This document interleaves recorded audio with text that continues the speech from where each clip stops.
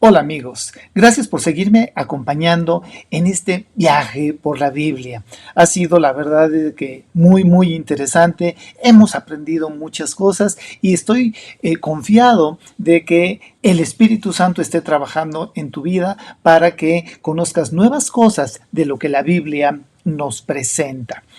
La invitación es a que tú compartas con tus conocidos, con la gente que quiera viajar a lo largo de la Biblia, que quiera conocer más de la Biblia y estos videos sean de utilidad. Así es de que, sin más, vamos a proseguir en nuestro viaje por la Biblia. Y antes de entrar de lleno al capítulo de hoy, que es el Nuevo Testamento, estaremos empezando el clásico recordatorio. ¿En cuántas partes se dividió el Antiguo Testamento? El Antiguo, lo que hemos estudiado, ¿te acuerdas?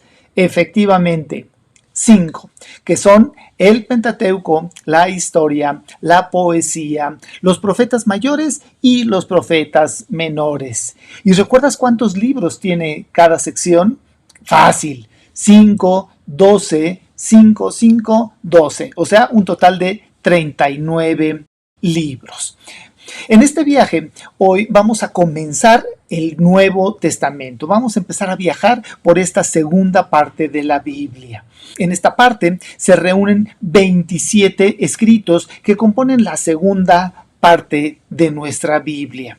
Estos 27 libros fueron escritos por 8 o 9 autores diferentes y a diferencia del Antiguo Testamento, el Nuevo Testamento se escribió en un periodo de unos 40, 50 años, no estamos muy seguros, pero se escribieron antes de terminar el primer siglo de la era cristiana. Tenemos básicamente las 5 clasificaciones igual que en el Antiguo Testamento y entonces consideramos que la mejor manera de aprender los libros del Nuevo Testamento es bajo estas 5 clasificaciones y simplemente recuerden el número de los libros en cada clasificación por la serie: 4, 1, 13, 8, 1. Entonces tenemos a los evangelios, tenemos el libro histórico, tenemos cartas paulinas, tenemos cartas generales y tenemos el libro profético.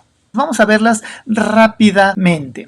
Los evangelios, o más correctamente dicho, el evangelio, porque esta sección compendia 4 libros o visiones personales de testigos de lo que ahí se narra, pero realmente es un solo evangelio. El evangelio de nuestro Señor Jesucristo, según los recuerdos de cada uno de los discípulos, dependiendo del autor. A saber, tenemos a Mateo, a Marcos, a Lucas y a el apóstol Juan. Tenemos también el libro histórico o bien la historia. Y como recordarán, en el Antiguo Testamento viajamos por 12 amplios libros que nos narraron siglos y siglos de historia del pueblo elegido. Pero ahora tenemos un solo libro, los Hechos de los Apóstoles, que este libro se nos narra a detalle la diseminación o explosión del evangelio en el mundo conocido. Y esto no fue fácil porque recordemos que en este tiempo había persecución, pero esa persecución que aparentemente era mala para los cristianos, esta misma persecución sirvió para que más gente conociera o escuchase de esta maravillosa historia, de este maravilloso evangelio. A continuación tenemos las epístolas o bien cartas, las cartas de Pablo. Y fueron 13 documentos manuscritos dirigidos a los hermanos en cada una de esas iglesias para tratar asuntos de doctrina y bueno, algunos otros tópicos varios, pero con la intención de que fueran intercambiables.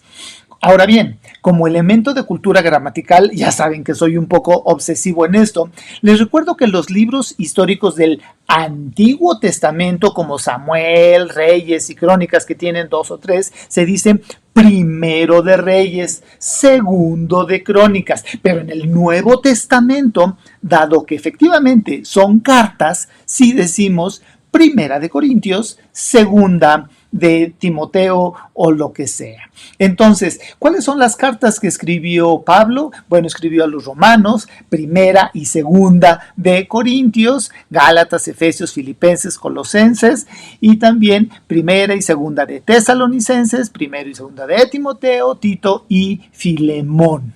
Son las 13 cartas o epístolas que escribió Pablo. También tenemos lo que son epístolas generales y se denominan generales porque, aunque en su mayor parte su público objetivo eran, pues bueno, los cristianos en general, más que personas individuales o iglesias en particular como las cartas paulinas. Y entonces aquí tenemos varias epístolas, como por ejemplo tenemos a Hebreos, Santiago, primera y segunda de Pedro, primera, segunda, tercera de Juan, y tenemos la carta a Judas. Son las cartas que se escribieron básicamente a personas y que en un momento determinado también la idea es que fueran intercambiables. Y finalmente tenemos la quinta sección, que es la profecía, la última sección del Nuevo Testamento, y solamente tiene un libro profético que es el Apocalipsis, que mucha gente le da miedo, le resulta complicado. Vemos que es un libro que presenta a Jesucristo y además tiene una promesa, tiene una bendición que en su momento ya nos daremos cuenta que recibirán los que leen este libro. El Nuevo Testamento tiene como objeto básico, principal, darnos a conocer o presentarnos a Jesús, el Mesías anunciado por los profetas del Antiguo Testamento y aguardado por tantos siglos por el pueblo de Israel. La personalidad central, suprema, en cada uno de los 27 libros del Antiguo Testamento es Jesucristo. Ese es el mensaje, esa es la finalidad de toda esta segunda parte de la Biblia. Por otra parte, el mensaje básico a lo largo de toda la Biblia es, y esto ya se los había mencionado, la salvación del hombre. Entonces, vamos a ver un cuadro sinóptico que nos va a ayudar a entender un poco más cómo funciona. Veamos, en el Antiguo Testamento se trata de la preparación de nuestra salvación. Posteriormente tenemos el Evangelio o los Evangelios, que es la manifestación de nuestra salvación. Después viene la historia, los libros históricos que nos presentan precisamente cómo fue la propagación o la difusión de nuestra salvación.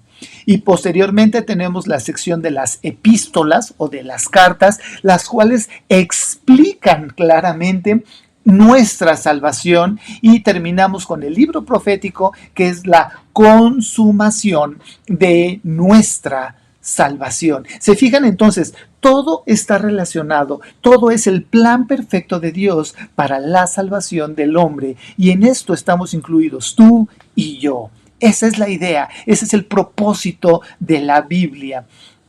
Las buenas nuevas, los evangelios, insisto, tenemos 4 libros, pero realmente es un solo evangelio. Los 4 escritores relatan las buenas nuevas relativas a Jesús, el Hijo de Dios. Entonces tenemos a Mateo, Marcos, Lucas y Juan. Ellos relatan la gozosa historia de la salvación por Jesús el Cristo, nuestro Señor. Creo que ya se los comenté, pero bueno, la palabra evangelio significa buenas nuevas o buenas noticias. Y el Nuevo Testamento no se usa nunca como nombre de ningún libro. En el primer siglo, en Israel, había diferentes personas, había 4 clases representativas del pueblo que habitaba en esa parte del planeta.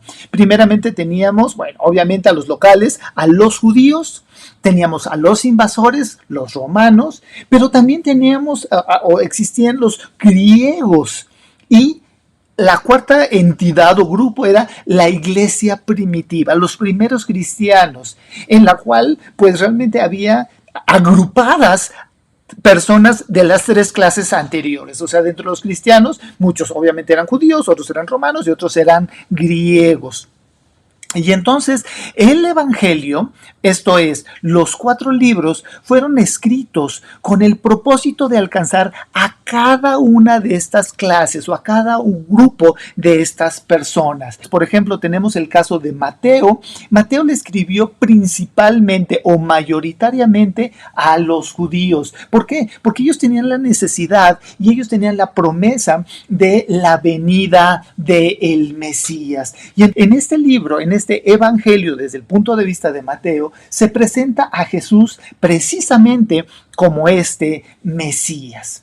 Luego, el libro de Marcos le escribe principalmente a los romanos, o sea, utiliza el contexto, utiliza el conocimiento, la historia, y le escribe a los romanos, porque ellos tenían la necesidad de poder, de servicio. Recordemos que era el imperio más poderoso, ese era su ideal, el poder y el servicio. Y presenta a Jesús en una forma muy interesante, como el conquistador poderoso.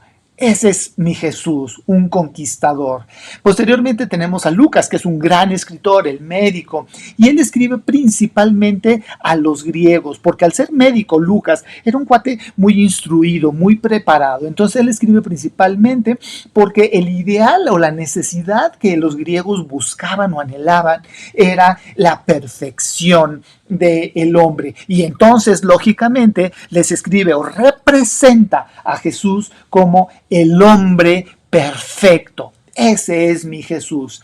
Y finalmente tenemos a Juan. Él escribió a la iglesia en general y a la iglesia de todos los tiempos. ¿Por qué? Porque la gente necesitamos tener libertad. Esa es nuestra necesidad, ese es nuestro objetivo. Y entonces aquí nos presenta específicamente a Jesús como el Hijo de Dios. De allí que cuando una persona nueva llega al conocimiento de Jesús, es recomendable empezar a leer la Biblia por el Evangelio de Juan, por la visión de Juan, porque cubre esta necesidad de libertad. ¿De libertad de qué? Pues del pecado. Y nos presenta claramente a Jesús como el Hijo de Dios. Los primeros tres evangelios, o sea, Mateo, Marcos, Lucas, son llamados sinópticos, porque nos dan una sinopsis, o sea, una vista común de los mismos eventos. Si ustedes gustan, pueden ser un poco repetitivos, porque presentan los mismos eventos, pero tienen un plan común. Y como ya les dije, la idea era presentar estos eventos, pero a un público diferente. Entonces, los evangelios sinópticos contienen un mensaje evangelístico, pero para hombres, para personas no espirituales, dependiendo de la clase a la que estaba dirigida. Estos evangelios sinópticos nos llevan por el terreno del ministerio de Jesús en Galilea y vamos a ver, o se va a desplegar más apropiadamente, su vida pública, lo que la gente veía desde afuera. Y realmente terminamos siendo impresionados con la humanidad real y perfecta de Jesús. Entonces, estos son los tres primeros evangelios, los tres primeros libros sinópticos. Ahora bien, como recordarán, nuestro Señor Jesucristo compartió sus enseñanzas al pueblo siempre utilizando parábolas, no hablaba directamente. Y en Mateo 13, del 25 a 35, encontramos algunos versículos que nos explican esto. En el 34 dice: todo esto habló Jesús por parábolas a la gente, y sin parábolas no les hablaba, para que se cumpliese lo dicho por el profeta cuando dijo: abriré en parábolas mi boca, declararé cosas escondidas desde la fundación del mundo. Entonces, fue la forma en que Jesús tenía de hablar y de expresar sus enseñanzas. A continuación, vamos a ver los diferentes evangelistas que registran la misma parábola, la parábola del sembrador, que es una parábola que yo creo que todo mundo conoce. Empezaremos por Mateo, y en Mateo 13, 18 dice: oíd pues vosotros la parábola del sembrador. Cuando alguno oye la palabra del reino y no la entiende, viene el malo y arrebata lo que fue sembrado en su corazón. Este es el que fue sembrado junto al camino. Ahora nos vamos a brincar a Marcos 4, versículo 13 y 14. Y les dijo: ¿no sabéis esta parábola? ¿Cómo pues entenderéis todas las parábolas? El sembrador es el que siembra la palabra. Y estos son los del junto al camino, en quienes se siembra la palabra. Pero después que la oyen, enseguida viene Satanás y quita la palabra que se sembró en sus corazones. Esa es la visión de Marcos. Y finalmente tenemos a Lucas, que le escribió a los gentiles. Esta es pues la parábola. La semilla es la palabra de Dios, y los de junto al camino son los que la oyen. Y luego viene el diablo y quita de su corazón la palabra para que no crean y se salven. Si fijan, es parecido, pero realmente cubre las diferentes necesidades. Mateo, como ya dijimos, a los judíos, Marcos a los romanos y Lucas a los griegos. En la misma parábola, escrita de forma aparente, un poco diferente. Los evangelios y todos los libros del Nuevo Testamento fueron escritos en general para cualquier persona de cualquier tiempo. Sin embargo, al escribir su libro, Juan tenía en mente las necesidades de los cristianos de todas las naciones en todos los tiempos. Y entonces ofrece un retrato de Jesús como el Hijo de Dios,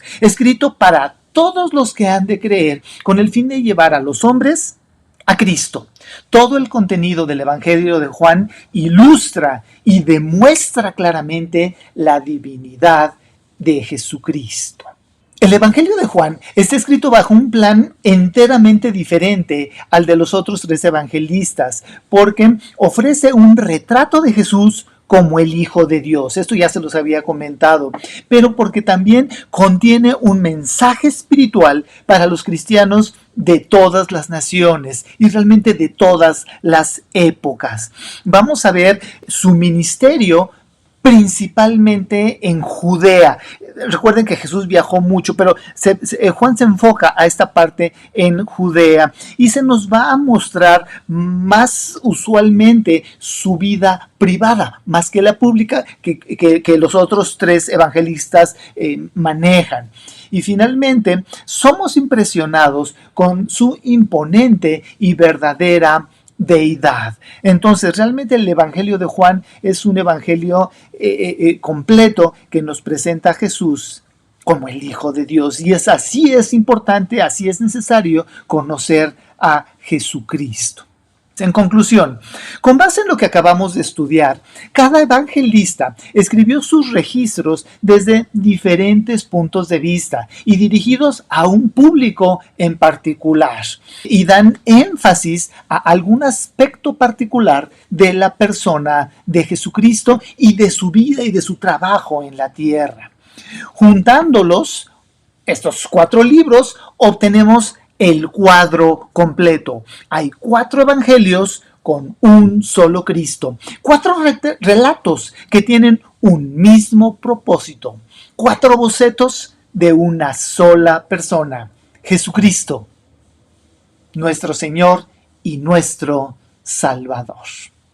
Muy bien, a continuación vamos a ver el video de The Bible Project Español, precisamente el compendio del Nuevo Testamento. A mí me ha resultado sumamente interesante la forma como compactan, como concretan la historia y muchas verdades. Veamos este video, está muy interesante. El Nuevo Testamento. Si abres la Biblia en el índice, verás que está formada por 2 grandes colecciones, el Antiguo y el Nuevo Testamento. La palabra testamento se refiere a una relación de pacto, de lo cual tratan ambas colecciones. Ellas cuentan una historia épica y complicada de la relación de pacto de Dios con Israel y con toda la humanidad. El Antiguo Testamento es llamado Tanaj en la tradición judía. Es una colección unificada de rollos compuesta de 39 textos israelitas que abarcan más de 1000 años. En contraste, todos los 27 libros del Nuevo Testamento fueron escritos en un periodo de entre 30 y 40 años. Todos fueron escritos por la primera generación de seguidores de Jesús. Desde muy temprano, las comunidades cristianas empezaron a reunir estos textos y a leerlos junto con el Antiguo Testamento como una sola historia que lleva a Jesús. El Nuevo Testamento comienza con 4 libros narrativos que juntos se conocen como el Evangelio. Cuentan la historia de la vida, muerte y resurrección de Jesús de Nazaret como un anuncio de buenas nuevas. A estos le sigue una quinta obra narrativa llamada Hechos de los Apóstoles. Aquí, el Jesús resucitado comisiona a los apóstoles, una palabra que significa los enviados, quienes son nombrados representantes de Jesús para esparcir las buenas nuevas acerca de Él a través del mundo antiguo. Después de Hechos, viene una colección de cartas de parte de los apóstoles. Estas fueron escritas para proveer enseñanza y dirección para las comunidades locales de seguidores de Jesús, llamadas iglesias. Hay 13 cartas del apóstol Pablo y no están ordenadas conforme fueron escritas, sino de la más larga a la más corta. Luego está la carta a los hebreos, escrita por un asociado de los apóstoles, cercano pero anónimo. Después están las cartas de Santiago, Judas, Pedro y Juan. 2 fueron hermanos de Jesús y 2 estuvieron entre sus primeros seguidores. El último libro del Nuevo Testamento es el Apocalipsis, una carta a 7 iglesias que revela una palabra profética de consuelo retador para todos los seguidores de Jesús. Así que esos son los libros del Nuevo Testamento. Pero, ¿de qué se tratan? ¿Y cómo se conectan con el Antiguo Testamento para formar una sola historia? Piénsalo así. La Biblia es una larga y épica narrativa con múltiples movimientos o actos. El Antiguo Testamento cuenta la primera serie de actos que te proveen de todo lo que necesitas para darle sentido a la historia que sigue. Los temas centrales y el conflicto de la trama están ordenados en patrones de diseño. Entonces, en el Nuevo Testamento, todos estos son retomados y llevados hacia Jesús, quien es la culminación de las historias. Déjame mostrarte lo que quiero decir. El primer acto es acerca de Dios y toda la humanidad. Dios provee un maravilloso jardín-templo para los humanos, quienes fueron hechos para ser los compañeros de Dios en gobernar el mundo. Pero los humanos son necios y ceden a la tentación oscura y se rebelan contra la sabiduría de Dios. Así que son exiliados al desierto, donde empiezan a matarse unos a otros. Ellos construyen ciudades que esparcen su egoísmo y opresión hasta llegar a la gran y malvada ciudad de Babilonia.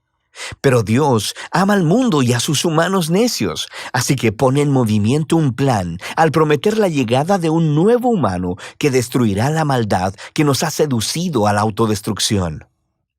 El siguiente acto de la historia bíblica trata de Dios e Israel y desarrolla los temas y patrones del primer acto.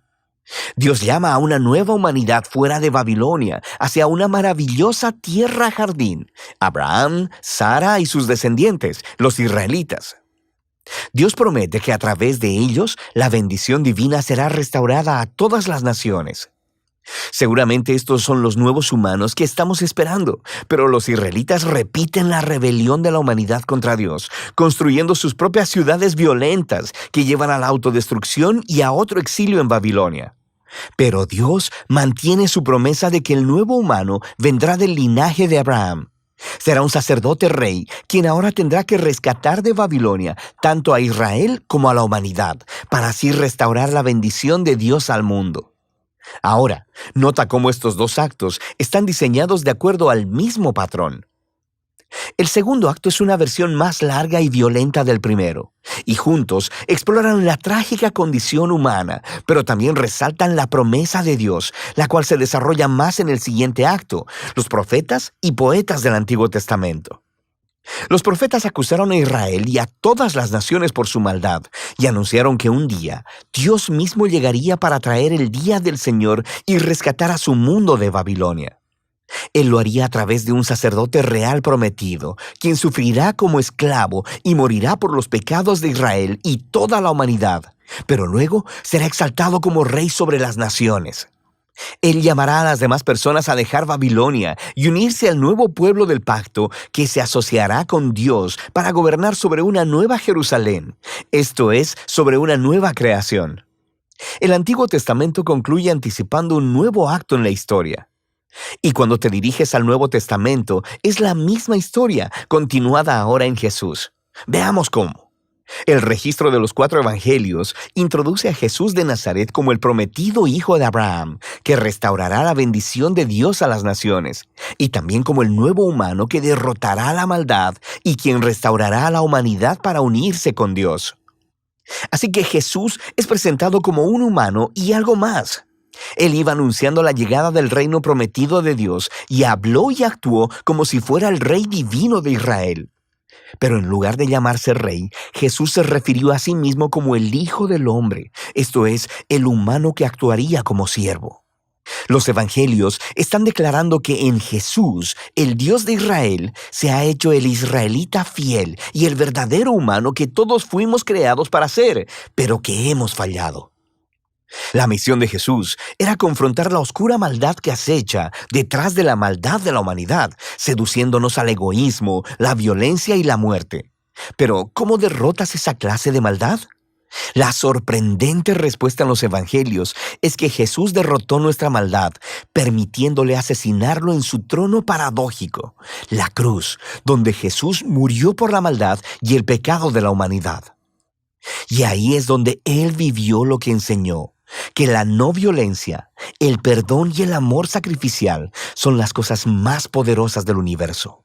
Y debido a que el amor de Dios por este mundo es más fuerte que la maldad o que la muerte, Jesús fue levantado a una nueva vida como el prototipo de una nueva humanidad.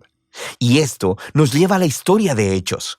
A través del Espíritu, Dios empodera a los seguidores de Jesús para esparcir la vida y el amor de Jesús en el mundo, conforme invitan a las personas a dejar su vieja humanidad y unirse a la familia multiétnica de Jesús, una nueva humanidad. Aquí es donde las cartas de los apóstoles encajan en la historia. Aquí, los apóstoles se dirigen a las primeras comunidades cristianas y muestran cómo las buenas nuevas de Jesús, el Rey resucitado, cambian la historia y deben moldear cada parte de nuestras vidas. También explicaban las buenas nuevas, recurriendo constantemente a las historias del Antiguo Testamento y las historias de Jesús, mostrándonos cómo ver nuestras propias historias como parte de la épica historia bíblica. Toda la humanidad está atrapada en un exilio babilónico, pero Jesús vino para crear un nuevo hogar. Todos estamos viviendo en diferentes clases de esclavitud egipcia, en el egoísmo y el pecado, pero Jesús murió como el Cordero de la Pascua para liberarnos hacia la tierra prometida.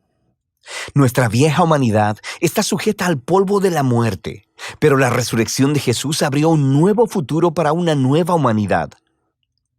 Vivimos aquí en la era de maldad presente, pero a través de Jesús y del Espíritu, una nueva creación ha sido abierta aquí y ahora.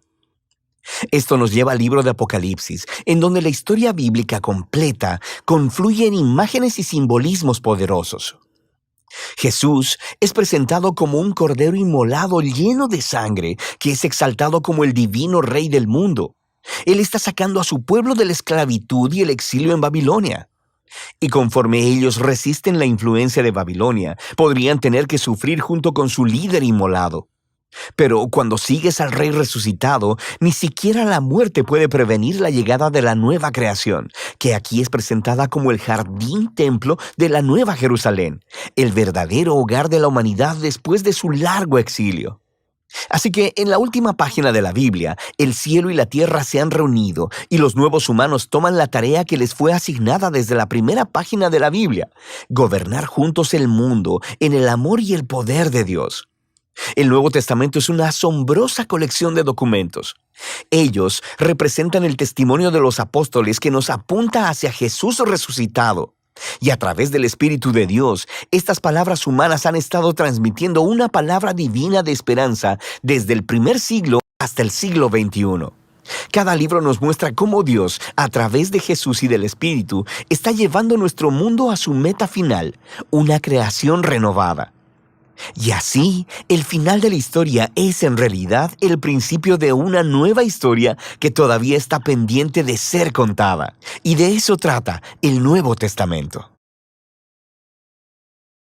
Estoy seguro que les agradó el video que acabamos de ver. Compártanlo, pásenselo a amigos, a personas que quieren conocer más sobre la Biblia. Y para terminar con el día de hoy, con este video del día de hoy, hay un texto que me gustaría que memorizaran. Y se los voy a presentar para que me acompañen a repetirlo.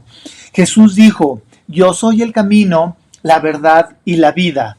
Les contestó Jesús: "Nadie viene al Padre sino por mí. Y eso está en Juan 14, versículo 6. Jesús es el camino, la verdad y la vida. Que tengan una excelente semana. Que Dios los bendiga.